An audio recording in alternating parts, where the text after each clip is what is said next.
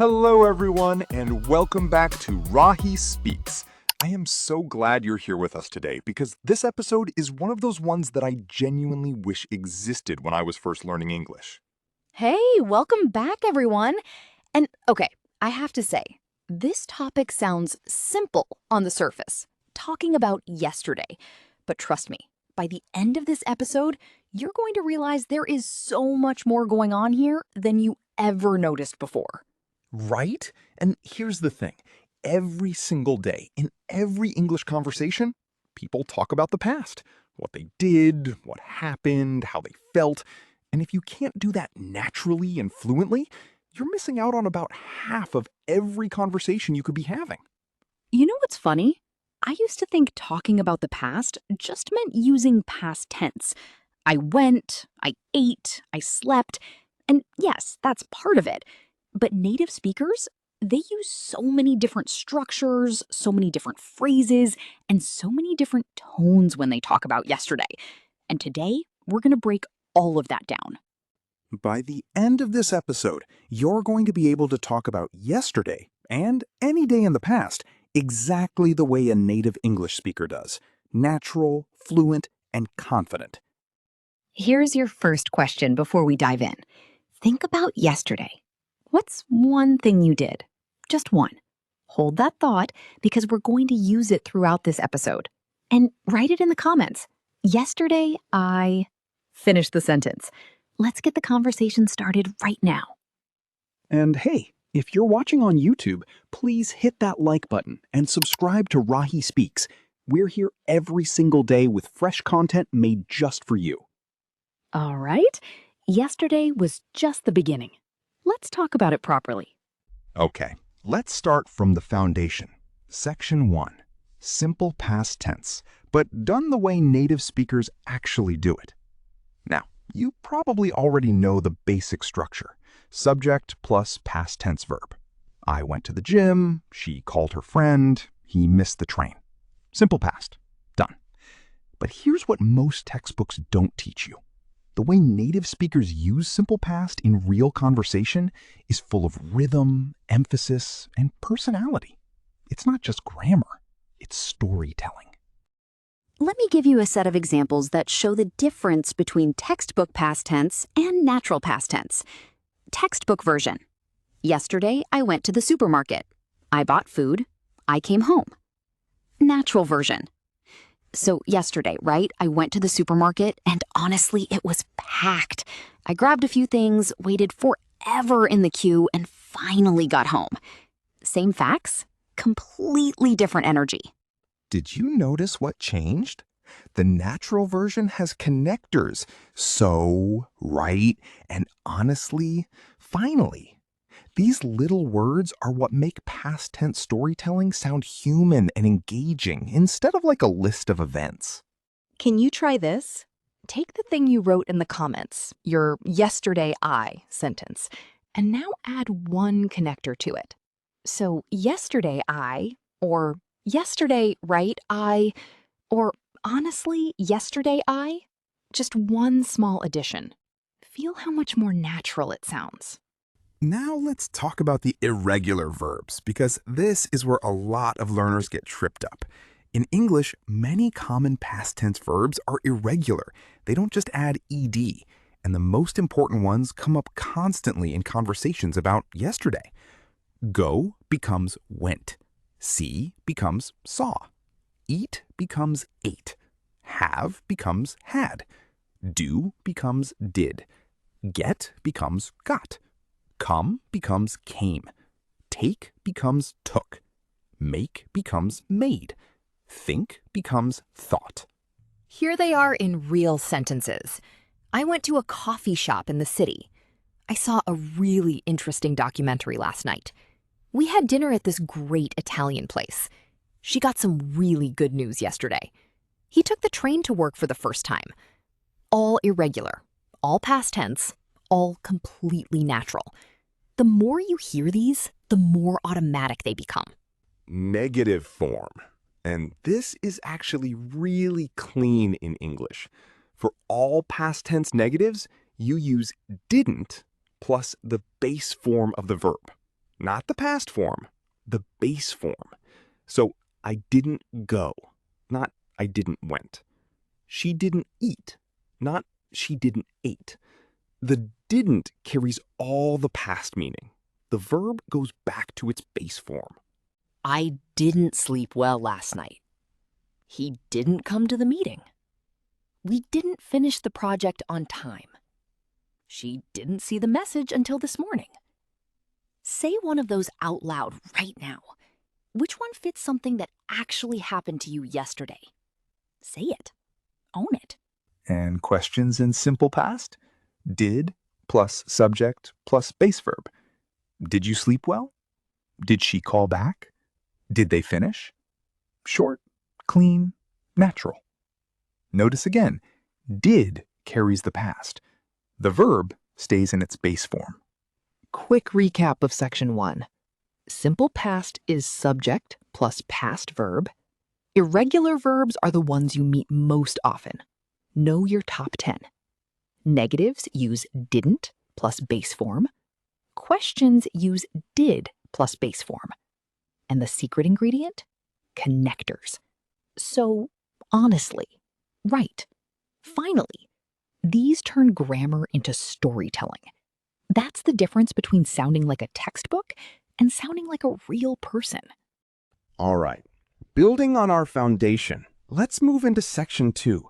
Because native speakers don't just use simple past when they talk about yesterday. They also use something that a lot of learners find confusing, past continuous. And here's the thing.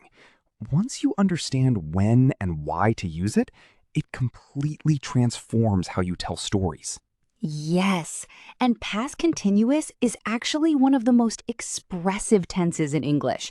It adds atmosphere, it adds background, it paints a picture. Structure. Was or were plus verb plus ing. I was working. She was watching.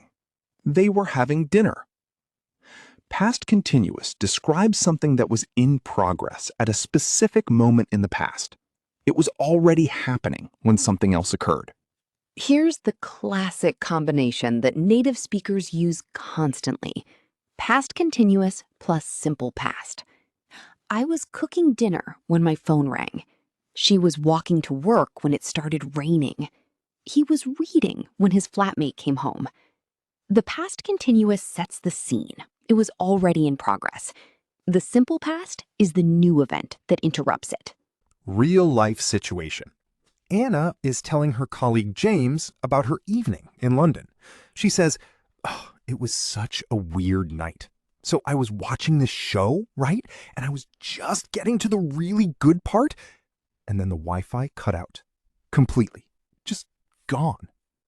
Past continuous sets the scene. Simple past delivers the punchline. Formal versus informal usage here. In formal writing, you might say, while she was presenting, a technical issue occurred. In casual conversation, she was right in the middle of her presentation, and then the whole screen went blank. Same tense combination, totally different register. First tip for this section, use past continuous to describe the background of your story. What was already happening when your main event occurred? It makes your story so much more vivid and engaging. Second tip, while and when are the connecting words for this structure. While I was sleeping, my alarm went off. When she was studying, her phone kept buzzing. These words signal to your listener, here comes the contrast. Third tip, you can use past continuous for 2 simultaneous actions. While he was cooking, she was setting the table. Both actions happening at the same time in the past. Use while to connect them. Now, I want you to think about something that was happening yesterday when something else interrupted it or happened alongside it. Write it in the comments. I was when, or while I was, whatever feels real and true to your yesterday, write it. Real practice is the best practice. And here's something native speakers do that's really lovely. They use past continuous to describe atmosphere and mood, not just actions. It was raining. The sun was setting. Everyone was laughing. These background descriptions make the listener feel like they were there. Section 2, locked in. Past continuous, was or were, plus verb plus ing, describes actions in progress in the past. Combine it with simple past for classic storytelling structure. Use while and when as your connecting words, and use it to paint atmosphere, not just describe actions. Beautiful tense. Use it. Now we're at section 3, and this one is the one that really separates the good English speakers from the great ones. We're talking about how native speakers use phrases, expressions, and time markers to talk about yesterday in a way that feels completely natural and alive. Yes, because there's actually a whole vocabulary around talking about recent past, words and phrases that native speakers reach for automatically. And once you start using these, people will genuinely think, wow, this person's English is really natural. Let's start with time expressions. These are the words and phrases that anchor a story in time, and native speakers use them constantly. Yesterday, last night, this morning, earlier today, a few hours ago, just before lunch, the other day. The other day is a particularly beautiful one. It means some recent but unspecified time in the past. Could be yesterday, could be last week. It has a casual storytelling feel. The other day, I bumped into my old colleague from New York. Instantly sounds natural. Here are more examples in context. Last night, I watched this documentary, and honestly, I couldn't stop thinking about it. Earlier today, I had the best coffee I've had in months. Just this morning, she sent me a message out of nowhere. A couple of days ago, I finally sorted out that whole thing with my email. Notice how these time expressions don't just tell you when, they set the mood. Last night feels intimate. Just this morning feels immediate and fresh. The other day feels casual and conversational. Tips for politeness and naturalness. When you're telling someone about your day or your yesterday, native speakers almost always start with a small setup before the main event. They don't just drop the story. They ease you in. Oh, so funny thing, last night I was at this cafe and you know what happened to me yesterday? So I was on the train and I have to tell you about this. Earlier today, right? These openers are social signals. They tell the listener, I have a story. Are you ready? It's incredibly natural and incredibly effective. Tone and delivery matter so much here. When something was exciting, your voice speeds up slightly. So I finally got the email and I got the job. When something was disappointing or funny, there's a slight pause before the punchline. And then I realized I'd been on the wrong train for 20 minutes. The grammar is the same. The delivery is everything. Let's do an interactive mini practice. I'm going to describe a situation and you respond using a natural time expression and some past tense. Ready? Situation. You had a really good lunch yesterday. How do you tell someone about it naturally? You could say, oh, so at lunch yesterday, I tried this amazing Thai place near the office. Honestly, it was one of the best meals I've had in ages. Time expression? At lunch yesterday. Past tense. Tried, was, had. Natural opener? Oh, so. All of it together sounds completely fluent. Your turn. Think of one good thing that happened to you recently. Yesterday, this morning, the other day. Say it out loud using a time expression and past tense. Don't write it down first. Just say it. Speak it. Out loud. Right now. That's exactly how fluency is built. Not by thinking about grammar before you speak, but by speaking so often that the grammar becomes automatic. Tell us in the comments, what was one good thing that happened to you yesterday or recently? Use a time expression. Last night, or earlier today, or the other day. Write it and read it back to yourself. That's a real English sentence. That's yours now. Section 3 in review. Native speakers use time expressions to anchor stories and set mood. The other day, last night, just this morning, a couple of days ago. These are your new best friends. Always ease into a story with a small opener. And remember, delivery and tone carry as much meaning as the words themselves. You're building something real here. Every section, every phrase, every sentence you practice is adding to a very solid foundation. And now, let's talk about the mistakes, because they're important and they're fixable. Mistake section. And honestly, these ones come from a really good place. They come from learners who are trying hard and just need a small correction to sound completely natural. I've been there. We've both been there. Completely. And once you hear these corrections, you'll never forget them. Mistake number 1. Using present tense to talk about the past in stories. This happens when learners get excited about their story. They start in past tense and then drift into present tense. So yesterday I went to the park and it is really beautiful and there are so many people there and I see my friend Anna. That mix of past and present tense breaks the flow completely. The fix? Stay in the past tense for past stories. So yesterday I went to the park and it was really beautiful. And there were so many people there. And I saw my friend Anna. Everything past. Consistent, clean. Incorrect? I go to the cafe and I see James. Correct? I went to the cafe and I saw James. Write the correct version in your comments. I went to the cafe and I saw. Add whatever you like at the end. Mistake number 2. Saying I did go when you just mean I went.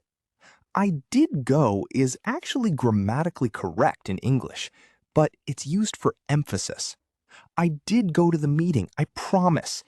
That did adds emphasis, like you're defending yourself or confirming something that was doubted. In a regular story, it sounds odd and unnatural. So in a normal past tense sentence, just use the past form directly. I went. She called. He finished. Save did go and did call for when you really need to emphasize something. Mistake number 3. Forgetting to change the verb in negative and question forms. I didn't went. This comes up so often, and we completely understand why. Didn't already signals the past, so the main verb should go back to its base form. I didn't go. She didn't call. He didn't finish. And for questions, did you went is incorrect. Did you go is correct. Did carries the past. The main verb goes back to base every single time. Mistake number 4. Overusing yesterday as the only time expression. Some learners know yesterday and use only that, even when last night, this morning, or the other day would sound much more natural and specific. Yesterday I couldn't sleep is okay, but last night I couldn't sleep is more precise and more natural because sleep happens at night. Think about the actual time of day or period you're referring to. Choose the most specific natural time expression. Your stories will immediately sound richer. Small words, big difference. That's the theme of mistakes in this episode. The corrections are small. The impact is huge. And you're already so much more aware of these things just by hearing them. That awareness is the first step to natural English. You are not behind. You are not failing. You are learning. And every single mistake you notice and correct is moving you forward. That's the only direction that matters. Keep going. Keep speaking. Keep making mistakes and fixing them. That is the whole journey, and you are absolutely on it. Practice time. Choose the better sentence. Think carefully, then say the answer out loud before we give it. Situation 1. You want to tell someone about your commute yesterday. Option A. Yesterday I take the bus and it is very slow. Option B. Yesterday I took the bus and it was really slow. Option B. without a doubt. Took and was are both past tense. Consistent, natural, correct. Option A mixes present and past tense. Take and is are present. In a past story, everything stays in past tense. Say option B out loud. Yesterday, I took the bus, and it was really slow. Now, make it more natural. Add a connector. So, yesterday, I took the bus, and honestly, it was really slow. That's native level storytelling right there. Situation 2. You want to describe what you were doing when your friend called. Option A, I cooked dinner when my friend called.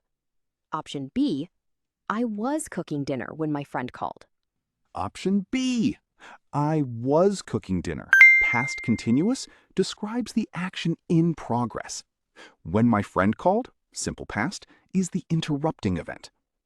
Option A, I cooked dinner when my friend called, sounds like cooking happened after the call, not during it. Tense choice changes meaning. Situation 3. Your friend asks, did you see that film last night? You want to say no. Option A, no, I didn't saw it. Option B, no, I didn't see it. Option B, always. Didn't does the past work. The main verb goes back to its base form. See, not saw. I didn't see it. Clean, correct, natural. Say it out loud. No, I didn't see it, but I want to. Now your challenge. Create one original sentence about something that actually happened yesterday. Use either simple past, past continuous, or a natural time expression. Write it in the comments. Make it real. Make it yours. Read it back out loud after you write it. Real sentences about real moments in your real life. That's the most powerful English practice there is. Not exercises from a book. Your actual life. In English. That's the goal. Conversation is about connection, and connection is always more important than perfection. Speak first, polish later. Always. What an episode. I am so genuinely proud of everyone who made it all the way through this one. We covered so much today, and all of it is immediately usable. Like, you could use everything we learned today in your very next English conversation. Let's do a quick recap of the 3 big things we covered. First, simple past tense, the foundation of talking about yesterday, with irregular verbs, negatives with didn't, and the connector words that make it sound natural. Second, past continuous, was or were plus ing, for describing what was in progress, combined with simple past for classic storytelling. Third, the vocabulary of the recent past, time expressions like last night, the other day, just this morning, and the natural openers native speakers use to ease into a story. 3 structures, 1 episode. And all of them are now tools you actually understand and can use. That is real progress, and you should feel genuinely good about that. Here's your reflective question for today.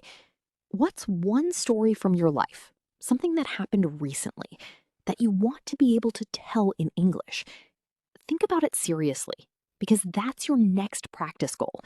Take that story and tell it in English to someone or write it in the comments. Either way, tell it. And if today's episode helped you, please hit that like button. Share it with a friend who's learning English. Leave your practice sentence in the comments and subscribe to Rahi Speaks. Every day, we're here with something new, something useful, and something made specifically for your English journey. You showed up today. You listened, you practiced, and you grew. That matters more than you know. English fluency isn't one big leap. It's 1,000 small steps. And today, you took several of them. Thank you so much for being part of Rahi Speaks. Keep practicing, keep speaking, and keep showing up for yourself. We'll see you next time.